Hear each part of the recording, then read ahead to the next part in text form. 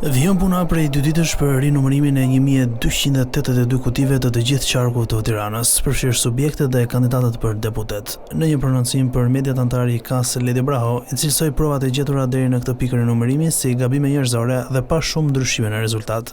Kur ka pasur vota që kanë qenë diskutueshme, gjithmonë janë zgjidhur me vendimarrjet KAS-it për rastin kur kanë qenë të vlefshme, pa vlefshme apo vota që kanë qenë diskutueshme për kandidatit. Që nuk ka asnjë lloj merite diskutimi për transparencën në këtë proces. Procesi është vetëm fillimi dhe veta, janë numëruar më pak se 10% kutive. Nëse vijmë do shohim tillërsime votash që janë masive nga i njëjti grup numërimi, pastaj nuk mund të themi dot më që janë gabime njerëzore, por që janë të qëllimshme. Deri tani nuk kemi pasur asnjë rast tjetër. Në faqen zyrtare të KQZ-s për rreth mbi 102 kuti të rinumëruara, rezulton se Partia Socialiste ka humbur rreth 46 vota, ndërsa Partia Demokratike 43 vota. Në tabel paraqitet e kundërta e forcave të mëdha për subjektet e reja politike, pasi Partia Mundësia e Gron Shehajt ka rifituar 2 vota, ndërsa koalicioni Euro-Atlantik Lulzim Bashës 5 vota. Po të njëjta statistika tregojnë se PSD e Tom Doshit ka humbur 7 vota, ndërsa Lëvizja Bashk ka fituar 2 vota. Rinumërimi 1282 kutive të votimit përjashtuar diasporën, vorën dhe njësinë numër 10 në kryeqytet. Për shkak të votimit dhe numërimit elektronik, po zhvillohen në Pallatin e Sportit Fahri Hoti në kryeqytet.